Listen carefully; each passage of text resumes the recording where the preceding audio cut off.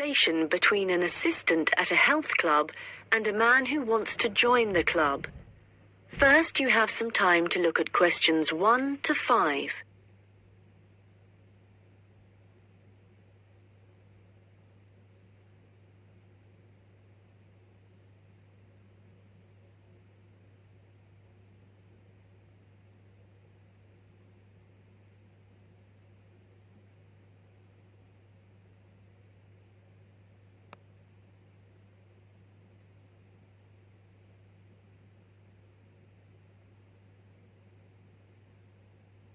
Hi, can I help you? Hello. Yes, is your club taking on new members at the moment? Oh, yes. We're always interested in taking on new members. Just give me a moment and I'll get an application form. Right, here we are. So, let's start with your name. It's Harry. Okay. And your surname? It's Simons. Is that like Simon with an S? No, it's Symonds.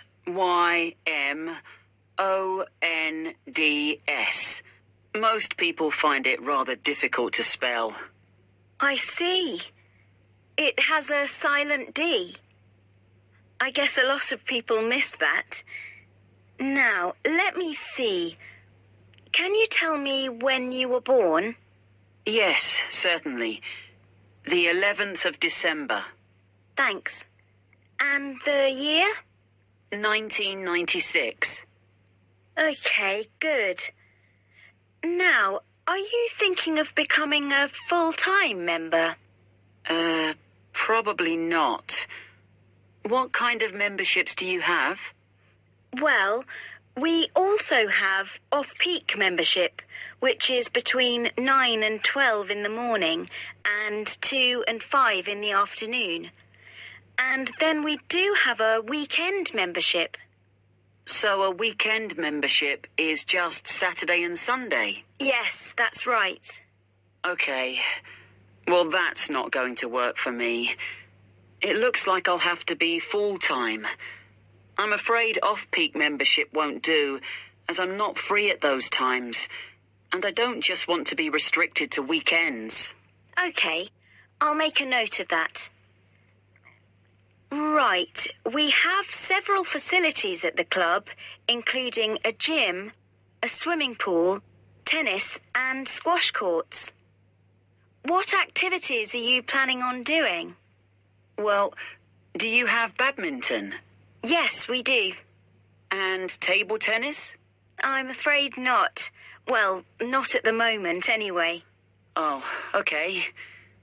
Well, I'm also very keen on swimming, so I'm glad you have a pool. I'll certainly be doing a lot of that. Okay, I've got that. Will you be using the gym? No, I'm not interested in that. Okay. So just let me work out what the cost will be. Yes, that comes to £450 for the year. You can choose to pay annually for the full year or monthly. It's up to you. Oh, I'd prefer to pay regularly in small amounts, rather than have a large amount to pay in one go, if that's okay. Sure, that's fine. Right, I've got the most important details for now. Before you hear the rest of the conversation, you will have some time to look at the questions 6 to 10.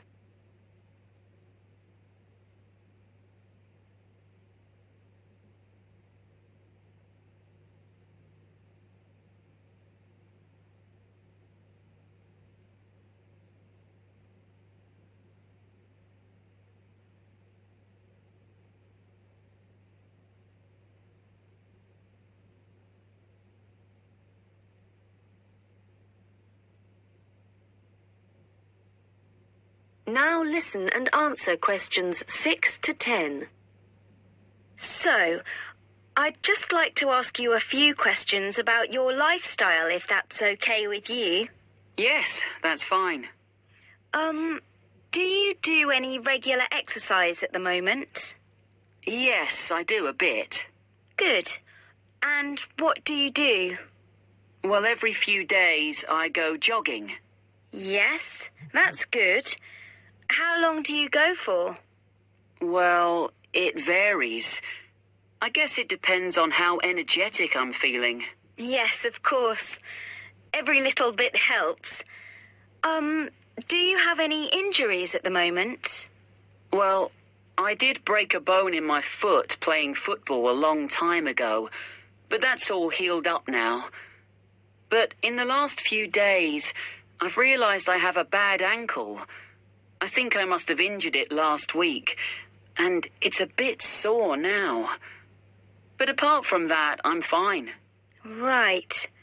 I guess you might need to rest it for a few days to let it recover. Yes, I will. So, let me just ask you what you want to achieve by joining the club. Do you have any targets or goals? Well, I suppose my main aim is to build up my fitness level. Is that the kind of thing you mean? Yes, that's fine. All the activities you're going to be doing should certainly help you with that. Okay. And could you tell me what you do for a living? Well, I was a student up until recently. Okay. So what are you doing at the moment? Well, I'm a charity worker. Oh, that's fine. I'll write that down. Okay, nearly done. One last question. Can I ask how you heard about the club? Did you see it advertised, or did you go to our website, for example? Well, I've been looking for a health club for a while, and I asked my friends for suggestions, but they weren't much help. And then I was listening to the radio, and your club was mentioned. So I thought, I'll go along and see what it's like. Great. Well, we look forward to having you as a member. That is the end of section 1. You now have half a minute to check your answers.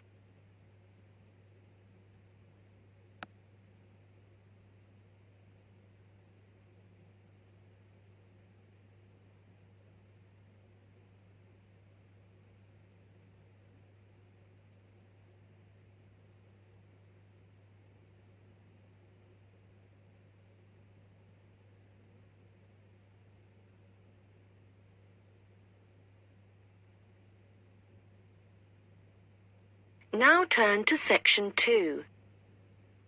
You'll hear a hotel manager talking to her staff about the arrangements for an event to be held at the weekend. First, you have some time to look at questions 11 to 15.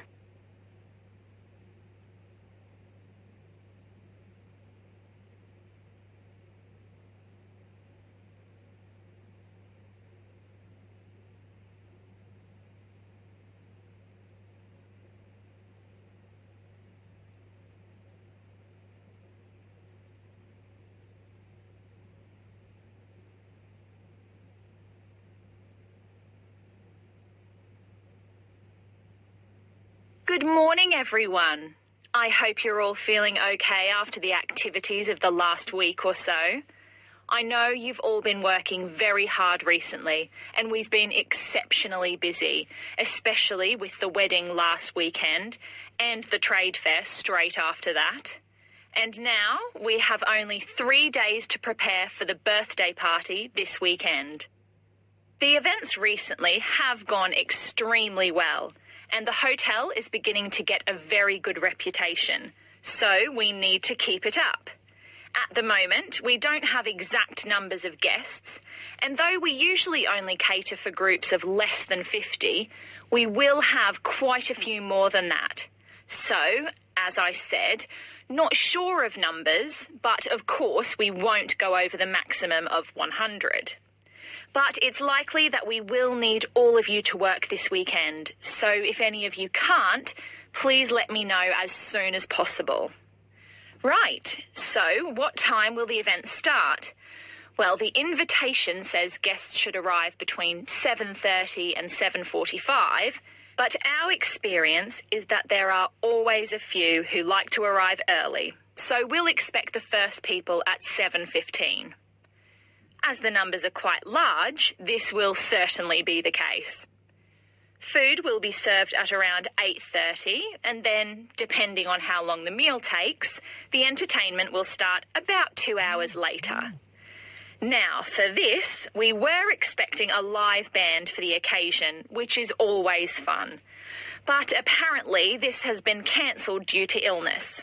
So, the hosts know someone who is a comedian who will be replacing the band. We had hoped that the resident magician who worked here through the summer would be able to help out, but they weren't keen on that idea.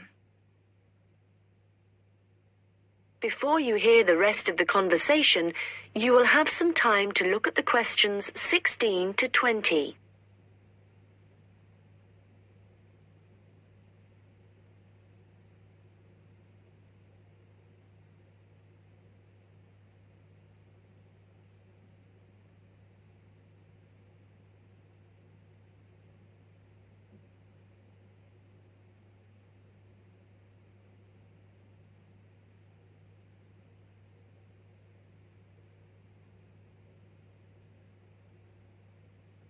Now listen and answer questions 16 to 20.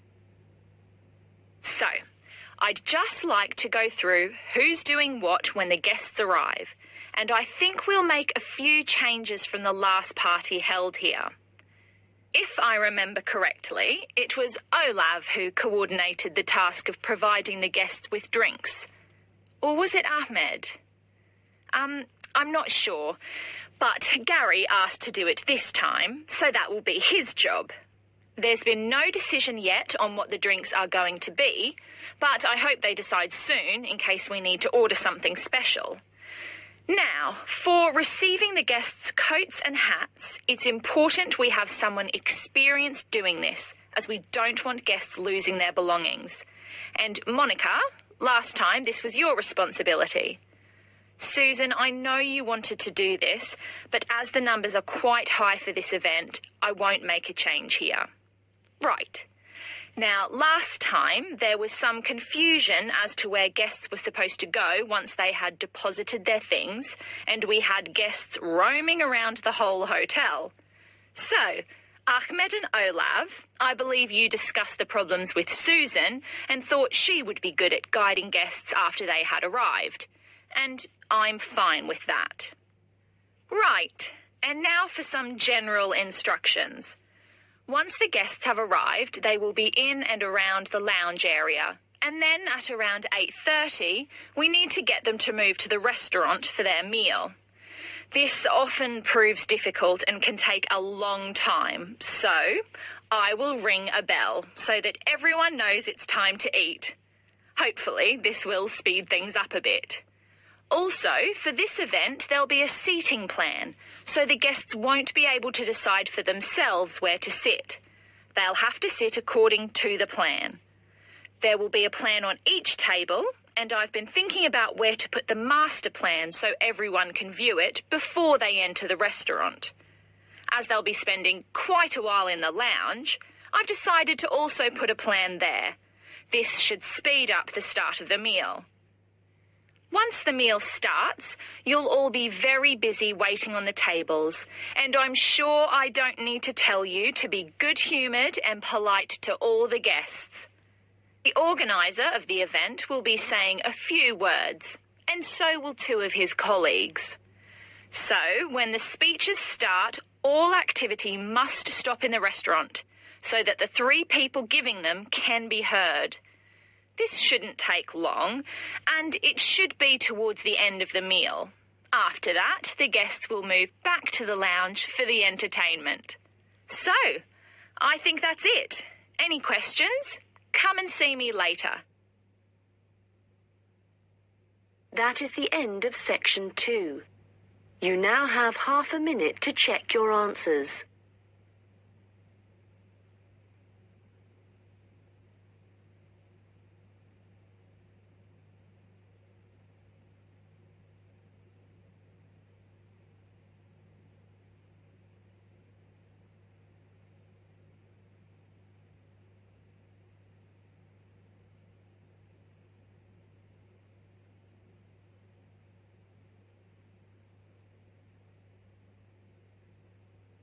Now turn to section 3. There are 2 students discussing an assignment. First, you have some time to look at questions 21 to 25.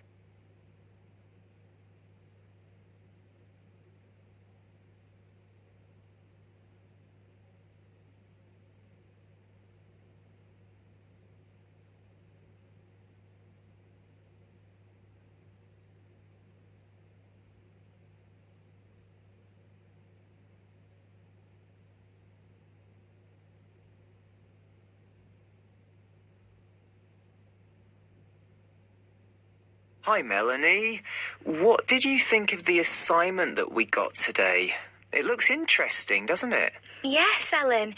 I've always been interested in recycling, but there's a lot of research to do. Yes, there are a lot of things I'm unsure of, so it's going to be good working with you. Okay. Well, why don't we start by making a flowchart from the notes our tutor gave us? Yes.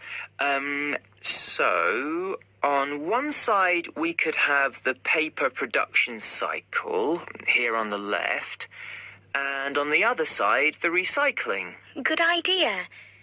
Let's start at the top with the production. The first step in the process is to get the raw materials. Yes, and they tend to come from pine forests. Okay. And then the bark is removed from the outside of the tree, and after that, the wood is chopped up. That's the first 3 stages. It sounds a bit complicated after that. It says water is added, and then the mixture is heated and made into pulp. This will be the thick paste that is used to make paper. Yes, you're right, because after that they use a machine to make the paper, and we can put that right in the centre of the flowchart, because it's also where the recycled paper joins the process. Yes. So, once the paper has been produced in the machine, what happens then? Well, I think we should write print as the next step, because this is when newspapers, magazines, etc. are produced. And we could also add that they have to be distributed to stores and people's homes. Right. Then the recycling bit starts. The old paper's collected, and then it says it's taken somewhere so that someone or something can sort it. I imagine there are different kinds of paper, or things like paper clips that need to be removed. Yes. Let's have a step after that. Now, how did our tutors say they do this? Oh, yes. It involves chemicals. So, how is your chemistry? Well, not very good, I'm afraid. But this is how they remove ink, so this is definitely going to need a bit of research. Right. The last step in the recycling section is similar to the last step in the production process, with heating and pulping, before the cycle begins again.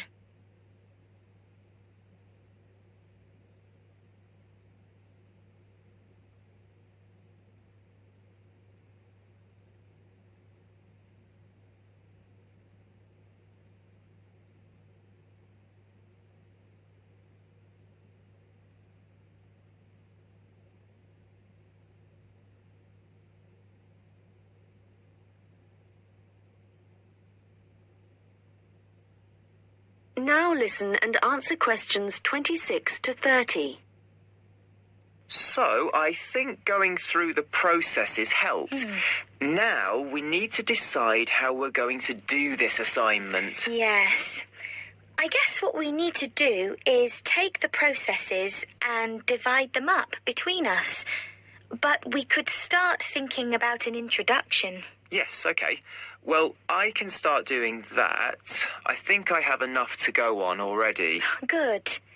And there are a few areas where we need a lot more information. I think I'll start with something easy. Let's say the paper collection. I could go to the resource centre to do some research. Well, I think a better idea would be to approach someone who's involved in the process. What about contacting the council? Oh, good idea. Yes, I'll do that instead. They're bound to have some information. And I know just the thing to add to our work to make it even more interesting. And what's that? Well, in my last assignment, I added a few pictures, and the feedback I got was that this wasn't academic enough. So what might really bring it to life would be to include some data, provided we can find some. Yes, that sounds excellent. Well, we certainly have a lot to do, and not much time to do it in. You're right. I think we have about 5 weeks, so I suggest we create a plan of work today.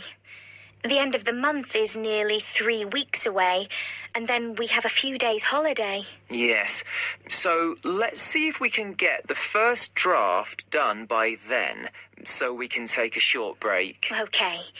Then, after the break, we'll have just over a week to complete it. I wonder if we could get someone to review our work for us a few days before the deadline, so we can make some final changes. What about your friend, Henry? Well, the best person would be our tutor. Henry's very good, but he's taking a whole week's holiday, and there won't be enough time when he returns. Okay, then. That's fine. That is the end of section 3. You now have half a minute to check your answers.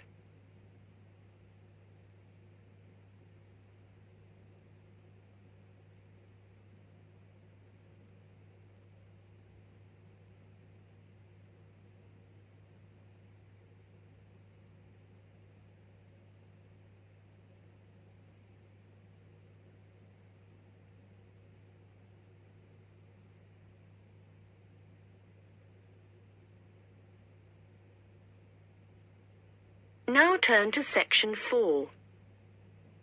We'll hear a lecture about hair. First, you have some time to look at questions 31 to 40.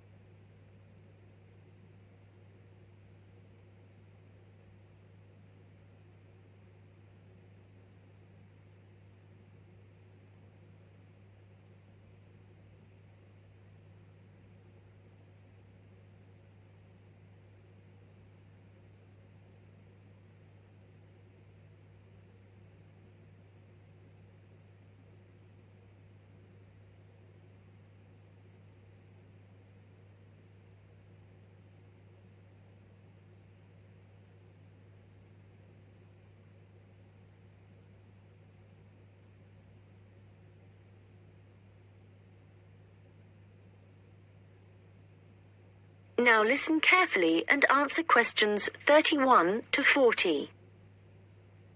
Good morning, and welcome to this lecture on hair, which is a part of the human biology course. This lecture covers a number of facts about hair, its structure, and what can affect the general health of hair. So, first of all, what is hair, and why do we have it? If we look back at our ancestors, we'll see that they had a lot more hair on their bodies than we do now. And there are, or were, 2 main reasons for having hair. One is to provide warmth. But as humans have worn clothes for many years, body hair has significantly reduced. The other is for protection. And again, this isn't as significant as it was once. But hair does still benefit areas of the body, such as the head and around the eyes. Now, hair, whatever it is for and wherever it is on the human body, is composed mainly of a protein called keratin. This, by the way, is also found in fingernails. In fact, it's keratin which makes them flexible, and without it, they would be very rigid. Another interesting fact about hair is that it is very strong as iron, in fact. One single strand can support a weight of up to 100 grams. This may not sound all that much, but a full head of hair can support up to 12 tons, which is the equivalent of a couple of elephants, which is simply amazing. Though I advise you not to put this to the test. Humans lose up to 100 strands of hair a day, but we do have quite a lot of hair to start with. There's some variation depending on hair color, but for an average adult, the strand count is 100,000, so losing 100 a day is not too bad. Although this is the average, people with red hair have around 80,000 strands, black or brown hair 100,000, and blondes have about 120,000. So, hair used to be important for the reasons I mentioned earlier, but nowadays I'd say the main importance of hair is the fact that it is big business. Apart from the money involved in hair cutting, shaving, trimming, etc., a fortune is spent just on hair products. In the UK alone, consumers spend over £5 billion each year on these.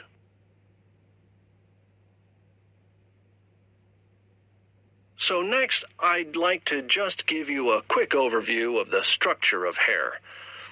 As you can see, along the length of the hair, there are three main parts, called the bulb, the root, and the shaft. A single hair is fixed at one end below the skin in the bulb. The bulb acts rather like a cap. It encloses the end of the hair in the head. The next part of the hair is the root, and this is the part of the hair which lies just beneath the skin, and in terms of hair production, is the most important. This can be considered the control center for each strand of hair, and is where the glands are found. These produce oil, which flows along the length of the hair, and the health of the root determines the overall health of the strand of hair. The last part is the shaft, and this is the hair which is above the skin, and is, of course, what we can see. Fortunately, this is not active, and I say fortunately because otherwise it would be very painful to have your hair cut. And finally, I'd just like to go over a few factors that impact on the overall health of hair. Like every other part of the body, our diet, that is, what we eat, is extremely important to the condition of our hair. But whereas a change in your diet to, for example, eating unhealthy foods will soon be noticeable in your skin, changes to your hair will take a lot longer. A change in diet today could take several months to have an effect on your hair. And so, what is the key to healthy hair?